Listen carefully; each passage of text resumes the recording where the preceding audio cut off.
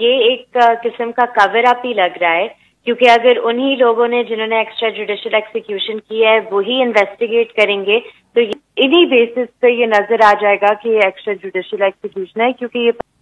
Unfortunately آج تک کوئی جواب نہیں آیا کسی بھی کوارٹر سے، آئی جی صاحب سے جواب نہیں آیا، انٹیریئر منسٹر صاحب نے کہا تھا کہ جوڈیشل انکوائری ہوگی، وہ نہیں ہوئی۔ ایک کمیٹی بنائی گئی ہے انویسٹیگیشن کے لیے، جو میں نے میڈیا سے ہی سنا ہے کہ جو اکیوز کی فیملیز تھی انہوں نے ریکویسٹ کی تھی اور اپیرنٹلی ڈسٹرکٹ ایڈمنسٹریشن نے کوئی کمیٹی بنائی ہے،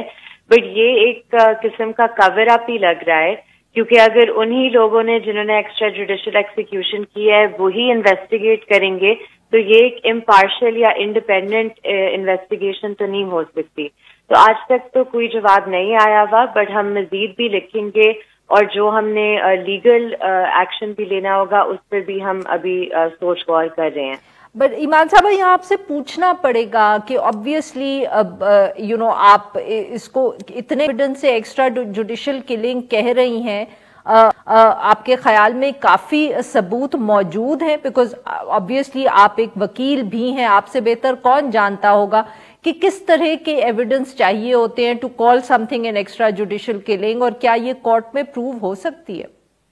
دیکھیں، اگر ایک امپارشل انکوائری ہوگی، اگر I-9 police station CIA police station جو ہے اس کی CCTV فوٹیج سیز کر لی جائے گی اور وہ ایگزامن کی جائے گی تو اس میں ڈیفینیٹلی یہ نظر آئے گا کہ جو دو ملزمان تھے وہ بھی تقریباً 4:30 اور 4:55 کے درمیان کسی ٹائم ادھر لائے گئے تھے، کہ میری کلائنٹ بھی ادھر گئی تھی، کہ میں اور باقی جو ان کے وکلا ہیں وہ بھی ادھر گئے تھے، ہماری باقاعدہ انٹری ہوئی تھی ادھر جو انٹرنس ہے ادھر رجسٹر میں۔